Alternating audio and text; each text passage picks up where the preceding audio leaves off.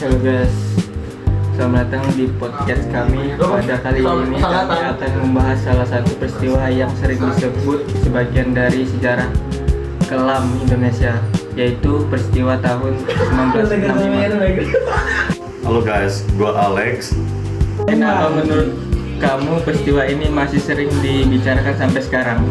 Topik ini sering muncul dalam diskusi sejarah, baik di buku, penelitian, akademik, maupun di beberapa podcast sejarah. Sebenarnya apa yang terjadi pada tahun 1965? Karena setelah kejadian tersebut, terjadi konflik politik yang sangat besar dan berdampak luas pada masyarakat. Konflik tersebut hanya terjadi di tingkat elit politik. Tidak, konflik tersebut juga berdampak pada masyarakat biasa, karena banyak orang yang ditangkap dan dituduh. Peristiwa ini sering disebut sebagai salah satu tragedi besar dalam sejarah Indonesia. Karena peristiwa tersebut terjadi kekerasan dan penangkapan massal terhadap orang-orang yang diduga Partai Komunis Indonesia. Berarti dampaknya sangat luas di masyarakat. Ya, banyak keluarga yang terdampak secara langsung melalui penangkapan. Dampak sosial tersebut masih terasa sampai sekarang. Dalam beberapa kasus masih ada keluarga yang membawa trauma sejarah peristiwa tersebut. Perbedaan perspektif itu berkaitan dengan sumber sejarah. Karena adanya berbagai perspektif tentang bagaimana peristiwa itu terjadi dan siapa saja orang terlibat. Berarti semakin banyak penelitian dilakukan, semakin banyak pula perspektif yang muncul.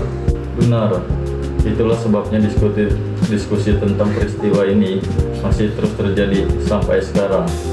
Peran media dan pendidikan dalam bentuk pemahaman masyarakat tentang peristiwa ini. Media dan sistem pendidikan memiliki peran besar dalam menyampaikan narasi sejarah. Narasi sejarah bisa berubah sering waktu.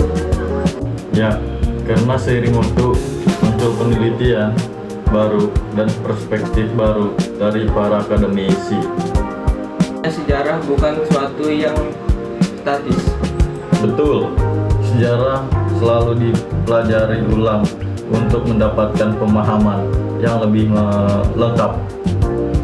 Kamu, apa peran generasi muda dalam memahami sejarah seperti ini? Generasi muda perlu mempelajari sejarah.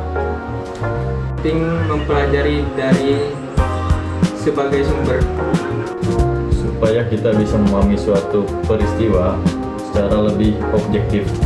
itu memahami sejarah juga membantu kita memahami perkembangan bangsa.